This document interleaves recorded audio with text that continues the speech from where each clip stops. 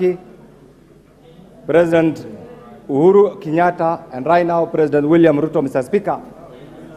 And we must all accept that we have a beautiful country called Kenya, Mr. Speaker, which all of us as individuals, as groups, must accept and believe in. Mr. Speaker, the issue of budget making, I know, is emotive, it is difficult, it's painful. And I must say from the onset that as a member of the Finance Committee, we have had the honest task, Mr. Speaker, of going through the different presentations by different groups from different sectors of our economy, Mr. Speaker, in pursuit of both their collective or individual rights, Mr. Speaker, because Kenya is a democracy. Every individual has the right to a divergent view, Mr. Speaker, and that is why, in the minds of the framers of the current Constitution, Mr. Speaker, the right to public participation is enshrined in the Constitution. But, Mr. Speaker, having said this, I want each one of us as the leadership, and being the leadership and being in this August House, Mr. Speaker, is a privilege. Because out of the 50 million Kenyans, Mr. Speaker, Kenyans in their own wisdom have decided to have a few of us here as their representative, Mr. Speaker. And we want to reflect. And I want to ask each one of you a question without venturing into your political persuasion. Where were we in 1963? Where did our forefathers expect us to be? And where are we today?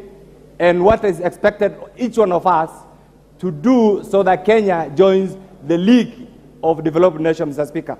Mr. Speaker, this country has recently been voted as one of the best in human resource capital, meaning therefore outside there, in the eyes of the international community, there are many Kenyans who have gone to school. Our task as elected representatives is to give them opportunities to get jobs, is to give them opportunities to remove them from that ladder of being underemployed and unemployed, Mr. Speaker. How is this achievable? This is achievable only through taxation, Mr. Speaker. And, Mr. Speaker, I want to say this. Today we expected, and I know we have my friends here, in our democracy we have two sides. Today we expected, what I expected, and this will have guided me, is to get an alternative tax proposals from those who are opposed to what the government is doing. It is not there.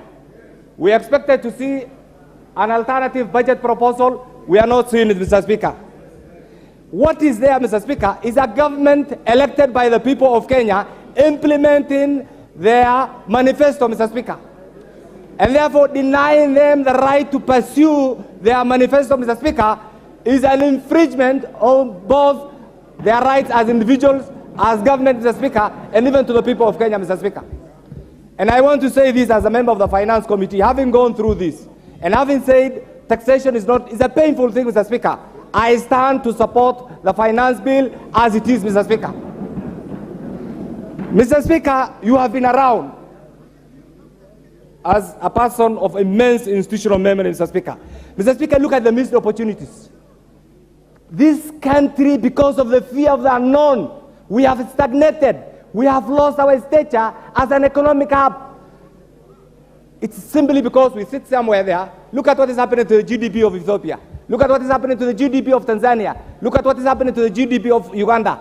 Where do you want to place Kenya, Mr. Speaker? It's because we have persuaded ourselves that it's not us to do the right thing. Somebody else must come. It's our time to say this country requires development, Mr. Speaker.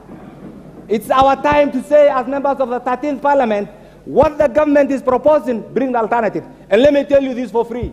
What you have been asked to do is to deny the government taxes, misinform the Kenyan public, so that your regime becomes unpopular and collapses. Don't accept that truth. This government must function. This government has been elected democratically by the people of Kenya. And therefore, 1 month ago, Mr. Speaker, the salary is delayed. You saw the kind of picketing that was going on. I'm sure in your office, you have had molongos, ya watu kuuliza mishahara. Isn't it? Where will the government generate the money from? The government must generate the money from taxations, through this bill. And therefore, Mr. Speaker, what I want to say is this. We have a country.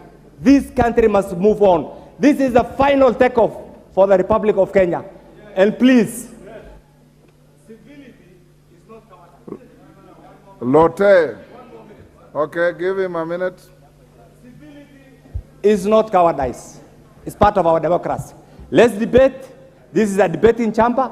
Let's not shout at each other. And I always say this as a practitioner. Let's debate. The majority will have their way, while the minority will have had their say. And that is the essence of democracy. Pass this bill as recommended by the finance bill. I support. Titus Lotte from Kacheliba. Thank you, Mr. Speaker, for allowing me to contribute to the finance bill.